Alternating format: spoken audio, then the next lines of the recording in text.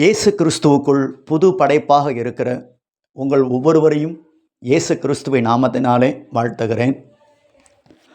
ஆதாமை குறித்து நாம் பார்க்கும் பொழுது எந்த மரத்தின் கனியையும் அவன் புசிக்கலாம், ஆனால் ஒரே ஒரு மரத்தின் கனியை மாத்திரம் அவன் புசிக்கக்கூடாது என்று தேவன் விலக்கி வைத்தார். அவர் விலக்கி வைத்த அந்த மரத்தின் கனியை ஆதாம் புசித்ததினால, தேவனுடைய கட்டளையை அவன் மீறினதுனால எந்த மரத்தின் கனியையும் புசிக்கலாம் என்கிற வாக்குத்தத்தங்களை அவன் இழந்து போனான்.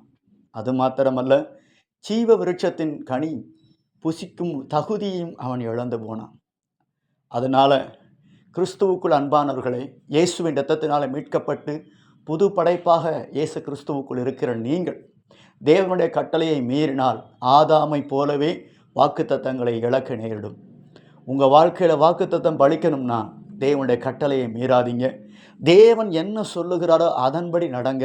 தேவனுடைய வார்த்தைக்கு விரோதமாய் ஒன்றும் செய்ய வேண்டாம். இயேசு கிறிஸ்துவின் நாமத்தினாலே அப்படிப்பட்ட பிரகாரமாக பரிசுத்த ஆவியானவர் உங்களை நடத்துவாராக. ஆமென்.